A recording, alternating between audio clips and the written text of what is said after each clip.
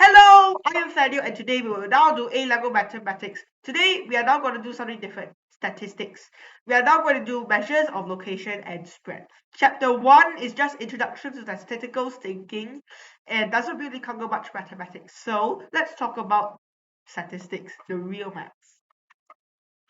Whoops. So just to tell you that this textbook is made by Nicholson and is made by the Oxford University Press.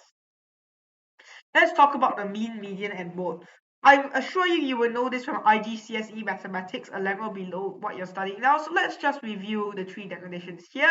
Take a picture of them if you're feeling a bit unsure about it. But wait, not so fast. That's not the definition of the mean. Yes, right. There's two definitions on the mean. One was the word definition, and this is the actual mathematical way of writing. Sigma x means the sum of all the x, and nx means the number of values in x. So let's say x is like the score of students. So if you have 30 students in your class, nx is 30. Data in the frequency table. There are many values occurring at once, and f are the frequencies. So do you know why we put this in the frequency table? We do not want a data would look like 0, 0, 0, 0, 0, 1, 1, 1, 1, 1, 1, 1, 2, 2, 2, 2, 2, and so on, and so on, and so on. It's boring to read and difficult to count. So that's why we put them in the frequency table to make it easier. And the mean is sigma fx over sigma f. Here's an example. This is a frequency table, and we're going to see it 3 times in this episode. See if you can spot them. Let's find the mean of this.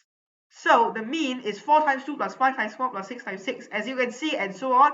Multiply the score by the frequency over the sum of all the frequencies. Then we simplify and simplify to get around 6.88. Remember that the sum of all the values is 227, and how many, and n is 33. Let's talk about quartiles. They are Q1 and Q3. They follow the same principle as the median, except we round up or down, and lower quartile, 1/4 on the sample, and upper quartile is 3/4 on the sample. The rounding is a bit more complicated in quartiles, meaning that if it's closer to 0, if the fractional part of the Q1 is closer to 0, then we take that part.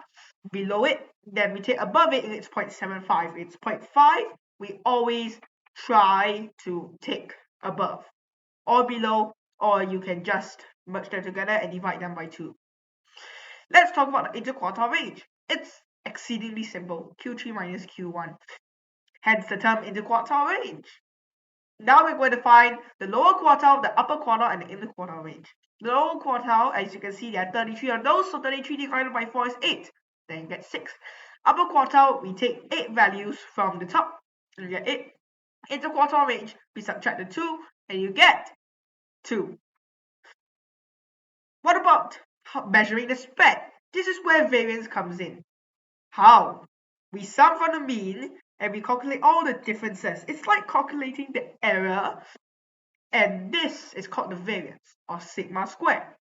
And this is the formula for the variance. There are actually 2 formulas, but I myself prefer to use the back formula, and this is the formula we are going to use. But the first formula will come out in further statistics where you're going to do chi-squared distributions. What about standard deviation? The square root of the variance. It's as easy as that, because the variance is like the spread squared, and the standard deviation is the spread. Moving on, we need to find the variance and standard deviation.